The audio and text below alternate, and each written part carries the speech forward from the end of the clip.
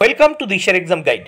প্রিয় চতুর্থ শ্রেণীর পরীক্ষার্থী বন্ধুরা, তোমাদের জন্য এই ভিডিওটিতে আমি আলোচনা করতে চলেছি চতুর্থ শ্রেণী অর্থাৎ ক্লাস 4-এর প্রথম পর্যায়ক্রমিক মূল্যায়নপত্র 2024।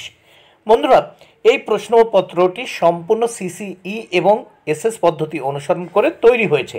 চতুর্থ শ্রেণীর বাংলা বিষয় প্রশ্নপত্রটি সম্পূর্ণ উত্তরসহ এই ভিডিওটিতে আমি আলোচনা করতে চলেছি, তাই অবশ্যই তোমাদের দেখে নিতে হবে। পূর্ণমান 10, সময় 20 মিনিট। এখানে দেখো নিচে পরীক্ষার্থীর নাম অর্থাৎ তোমরা তোমাদের নাম লিখবে, ক্রমিক সংখ্যা অর্থাৎ এখানে তোমরা তোমাদের রোল নাম্বার লিখবে। নিচে এখানে দেখো বিদ্যালয়ের নাম অর্থাৎ তোমরা তোমাদের বিদ্যালয়ের নাম লিখবে। দেখো প্রাথমিক শিক্ষা পর্ষদের নির্দেশ অনুযায়ী নবপ্রবর্তিত পর্যায়ক্রমিক মূল্যায়ন পদ্ধতি অনুসারে এই প্রশ্নপত্রটি। তাহলে প্রথমেই দেখে নেওয়া যাক। 1, সঠিক বিকল্পটির তলায় দাগ দাও।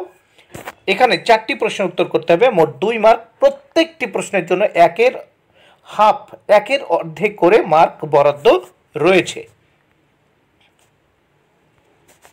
1 নম্বর প্রশ্ন, ফেরিওয়ালা ঝুড়িতে থাকে চীনের, উত্তর হবে অপশান ক পুতুল। 2 নম্বর প্রশ্ন, বুড়ো লুসাই ছিল মস্ত বড়, অপশান খ শিকারী। 3 নম্বর প্রশ্ন, মালগাড়ি কবিতাটি লিখেছেন, উত্তর অপশান খ প্রেমেন্দ্র মিত্র। দেখো আমি প্রত্যেকটি বক্সে উত্তরগুলো করে দিয়েছি, গোল করে দেখো উত্তরগুলো করে দিয়েছি। এইবার দেখে নাও 4 দাগে হ জ বড় হলো একটি বই, উত্তর হবে অপশান খ। অপশান খ ইজ দ্য রাইট অ্যান্সার। হ জ বড় ল একটি, অপশান খ বই। এরপর দেখে নাও সমার্থক শব্দ। এখানে দেখো সমার্থক শব্দের পাশে টিক চিহ্ন দিতে বলেছে। এখানে দেখো 4টি করতে হবে, এখানেও 4 মার্ক। প্রথমে দেখো 2-1 বনানী। বনানী মানে হচ্ছে অপশান ক দেখো অরণ্য। তারপর দেখো এটি হচ্ছে কড়ি, 2-2 কড়ি। কড়ি মানে হচ্ছে অপশান খ পয়সা।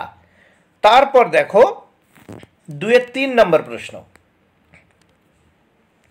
2-3 নম্বর প্রশ্ন, টেলিভিশন মানে হবে উত্তর দেখো অপশান গ দূরদর্শন।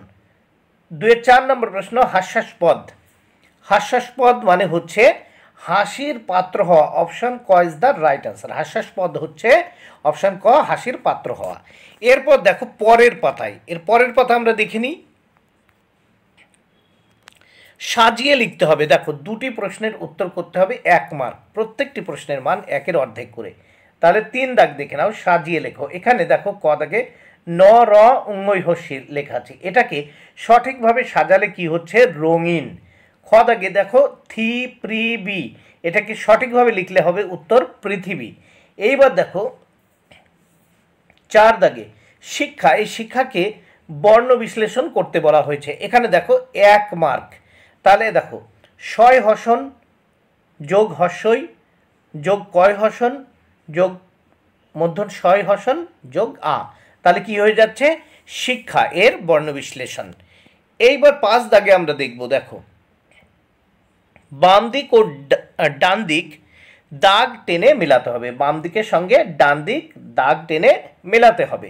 দেখো কর্মী, উত্তর দেখো বিশেষ্য, এখানে বিশেষণ আছে, এখানে বিশেষ্য, তাহলে বিশেষণ দেওয়া আছে আর এখানে বিশেষ্য।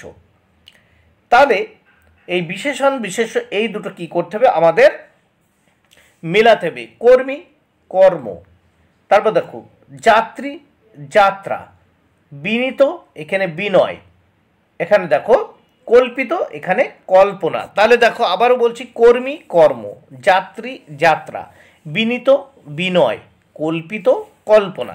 এবার 6 দাগে দেখো এক কথায় উত্তর দাও, এক কথায় উত্তর লেখো, যে কোনো 2টি, প্রত্যেকটি প্রশ্নের মান 1।